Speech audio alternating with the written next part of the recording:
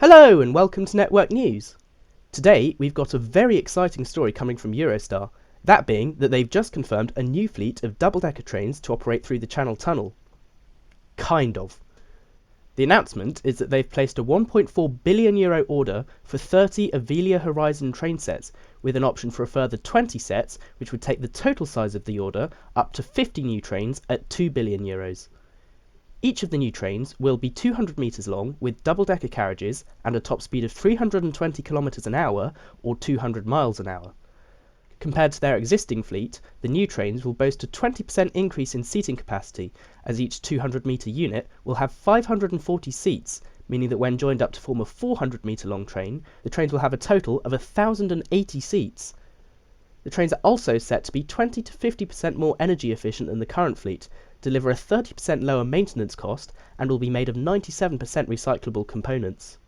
Eurostar is calling its new fleet Celestia, which is derived from the Latin word caelestis, which means heavenly.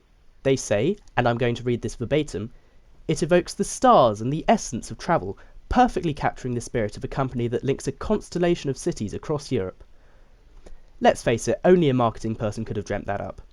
Still, the order has technically been placed under a framework agreement between SNCF Voyageurs and Alstom, although it is worth noting that since SNCF has a 55% stake in Eurostar, they essentially call all the shots for the company.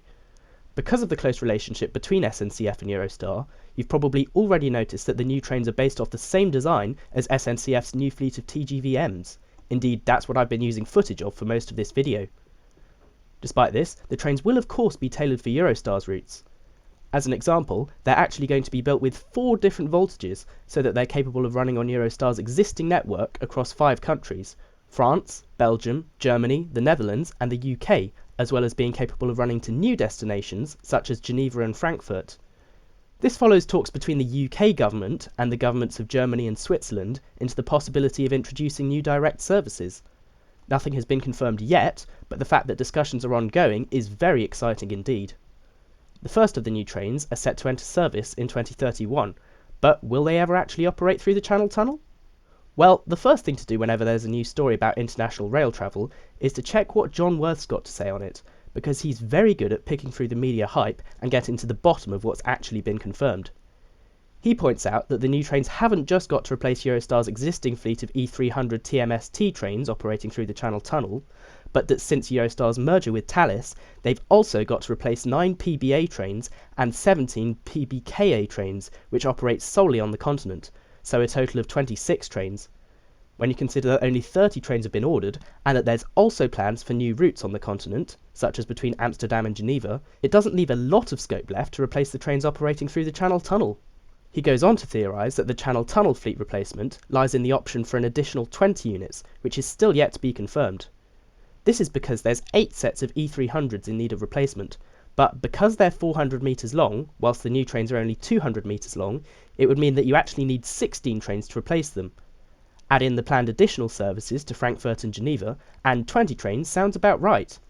However, as the new Avelia Horizon trains are still yet to be certified for use in the Channel Tunnel, it makes sense that a firm order for these additional trains hasn't been placed just yet.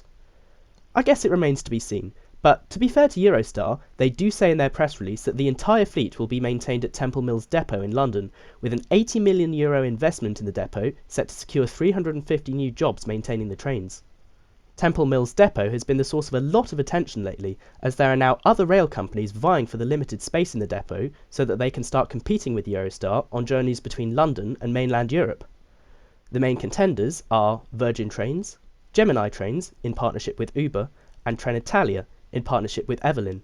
There's only space in the depot for one of these companies to start operating, but a decision from the Office of Rail and Road into which one will emerge victorious is expected by the end of the month.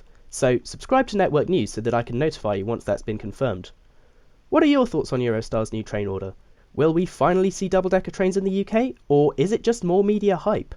Let me know in the comments. Subscribe to Network News for more updates like this, and until next time, thanks for watching.